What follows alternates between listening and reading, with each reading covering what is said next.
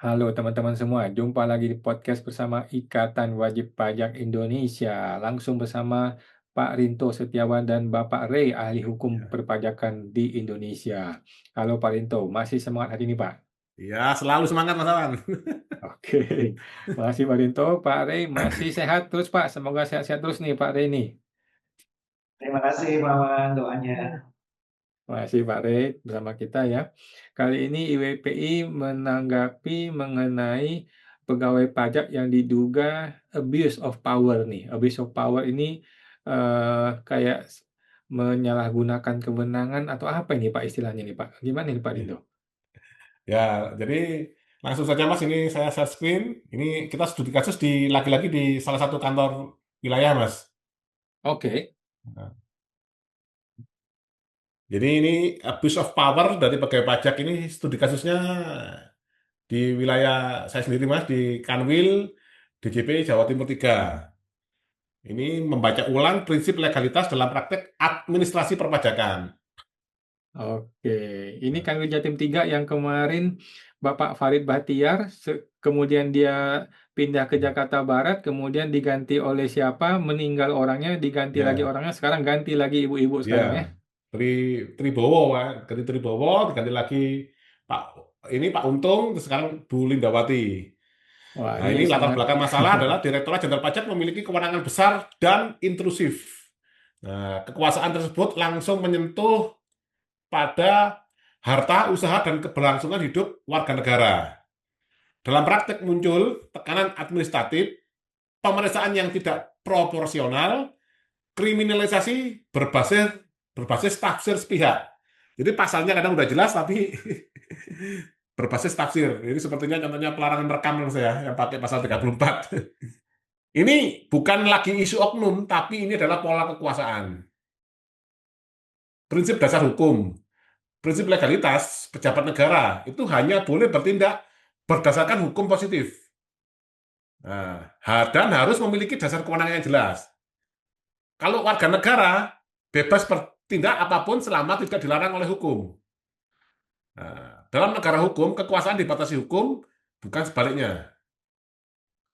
Kembalikan prinsip dalam praktek perpajakan, yang seharusnya fiskus terikat ketat oleh hukum, wajib pajak dilindungi haknya. Yang terjadi, fiskus bertindak seolah-olah asal ada pasal, wajib pajak diposisikan sebagai objek kecurigaan permanen. Asas legalitas dibalik secara sistemik. Bentuk-bentuk abuse of power, penyalahgunaan kewenangan saat pemeriksaan. Saat ini pemeriksaan pajak dilakukan tanpa dasar risiko yang transparan, bersifat intimidatif. Wajib pajak tidak diberi akses setara atas data dan argumen, dipaksa patuh demi menghindari masalah lanjutan. Pemeriksaan berubah dari alat pengawasan jadi alat tekanan. Diskresi tanpa batas. Nah, diskresi seharusnya terbatas, dapat diuji, dan bersifat pengecualian. Dalam prakteknya, diskresi dipakai sebagai senjata rutin, tafsir sepihak menggantikan kepastian hukum. Diskresi menjadi kekuasaan absolut. Nah, yang lagi adalah kriminalisasi administrasi. Kesalahan administrasi ditarik ke ranah pidana. Pasal-pasal elastis digunakan untuk menekan. Prinsip ultimum remedium diabaikan. Hukum pidana dijadikan alat disiplin fiskal. Dampak sistem dari abuse of power pegawai pajak, dampak pertama adalah ketakutan struktural wajib pajak. Yang kedua, menurunnya kepercayaan publik. Yang ketiga, kepatuhan semu. Yang keempat adalah kerusakan legitimasi institusi perpajakan. Negara kehilangan otoritas moral meski menang secara administratif.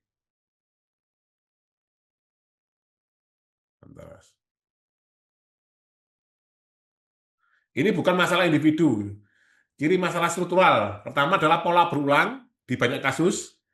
Pejabat jarang disanksi atas abuse of power. Yang ketiga, mekanisme pengaduan tidak efektif. Yang keempat adalah asimetri kekuasaan ekstrim. Masalahnya sistem bukan sekedar oknum. Negara hukum versus negara kekuasaan. Kalau negara hukum dan negara kekuasaan, ini hukum membatasi pejabat. Kalau di negara kekuasaan, hukum melayani pejabat.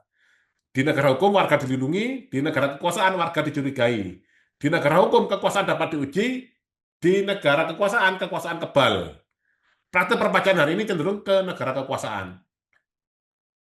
Prinsip-prinsip yang dilanggar, ini asas legalitas, asas kepastian hukum, asas keadilan, asas proporsionalitas, dan asas pelindungan warga negara. Ini pelanggaran administratif, etis, dan konstitusional. Kesimpulan kunci, abuse of power di lingkungan pajak bukan terjadi karena kurangnya aturan, melainkan karena hukum diperhatikan sebagai alat kuasa, bukan pembatas kuasa. Ketat ke wajib pajak, longgar ke aparat, ini pengkhianatan prinsip negara hukum. Selama aparat pajak merasa aman berlindung di balik pasal, sementara warga dipaksa patuh tanpa ruang keadilan, maka yang berjalan bukan hukum pajak, melainkan kekuasaan fiskal tanpa kendali. Seperti itu Mas Awan. Mungkin ada komentar dari Pak Rey ini. Oke, terima kasih Pak Rinto ya. Ini sangat-sangat menohok sekali, langsung menusuk ke jantungnya petugas pajak ya. Nah, Pak Rey sebagai ahli hukum pajak nih Pak, jadi sebagai praktisi hukum, bagaimana menurut Bapak hukum itu seharusnya bisa memberi keadilan kepada kedua pihak ya, bukan cuma satu pihak gitu loh. Bagaimana hukum itu bisa melindungi kepentingan kedua pihak lah, yaitu kepentingan pemeriksa pajak sekaligus kepentingan wajib pajak. Bagaimana nih hukum bisa menyeimbangkan ini Pak Rey? Ya, terima kasih Pak Wan, Pak Rinto. Memang kita harus sepakat bahwa hukum itu ada untuk melindungi. Melindungi adalah masyarakat tentunya dan juga pejabatnya. Nah, kalau kemudian hukum itu hanya dinikmati oleh segelintir orang, maka itu bukan hukum yang sejatinya, tapi adalah hukum yang bersifat parsial. Ya. Nah, bagaimana sekarang kita membuat hukum yang bisa dimanfaatkan atau dinikmati oleh para pihak? Ya, tentu salah satu indikatornya adalah keadilan itu bisa tercipta. Artinya keadilan untuk masyarakat dan keadilan juga untuk pejabat. Nah, kalau kita bicara konteks pemeriksaan pajak, ya, maka kita harus sepakat Pak Rinto dan Pak Awan bahwa pemeriksaan pajak itu kan diatur dalam hukumnya, yaitu hukum acara pemeriksaan pajak. Nah, oleh karena itu maka Rekstad harus menjadi panglima hukumnya, bukan target yang menjadi panglima. Kalau target maka menjadi Rekstad, ya bukan. Nah, kalau kemudian Rekstad menjadi panglima, maka segala sesuatunya itu hakimnya adalah hukum itu sendiri. Nah, mari kita praktekkan dalam pemeriksaan pajak. Contohnya misalnya, dalam pemeriksaan pajak, ketika misalnya dalam pra SPHP, di dalam hukum acara pemeriksaan pajak yang baru di PMK 15 2025, maka hukum harus menjadi hakimnya. Bagaimana caranya?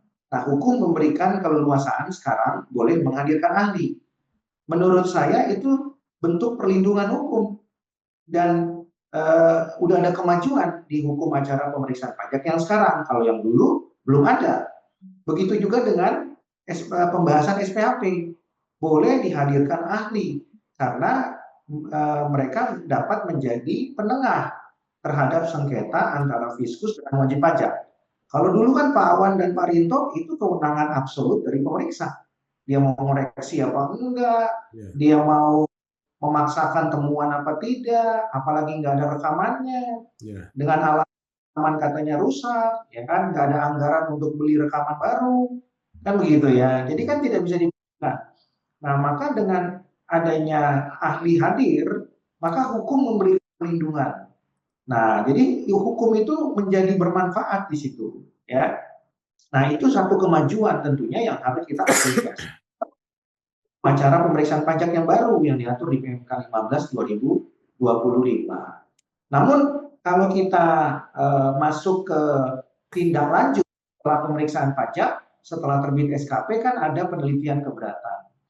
Nah, di sana sepertinya hukum belum memberikan perlindungan para pihak termasuk wajib pajak karena di penelitian keberatan itu yang diperiksa itu kan adalah wajib pajak dan pemeriksa pajak.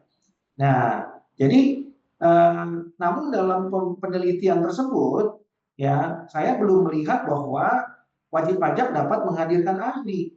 Sehingga kalau diadu kewenangan antara wajib pajak dengan pemeriksa pajak, ya tentu bisa dipastikan pemeriksa pajak akan dimenangkan karena kewenangannya ada di situ.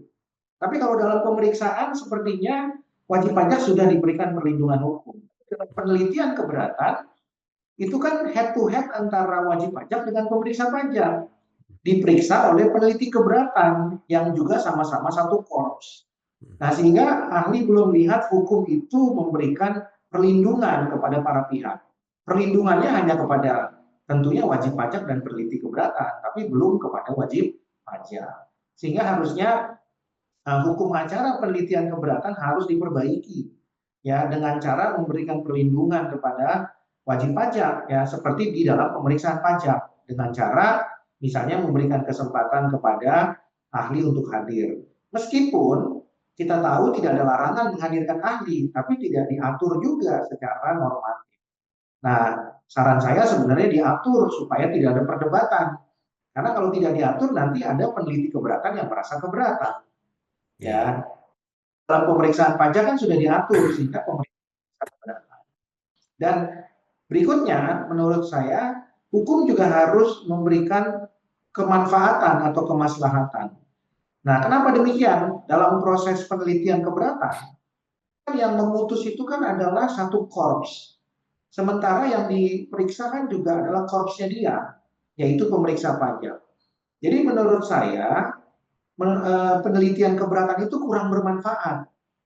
Kalau saya mengusulkan, setelah SKP terbit Pak Awan dan Pak Rinto, langsung saja bukan gugatan atau banding.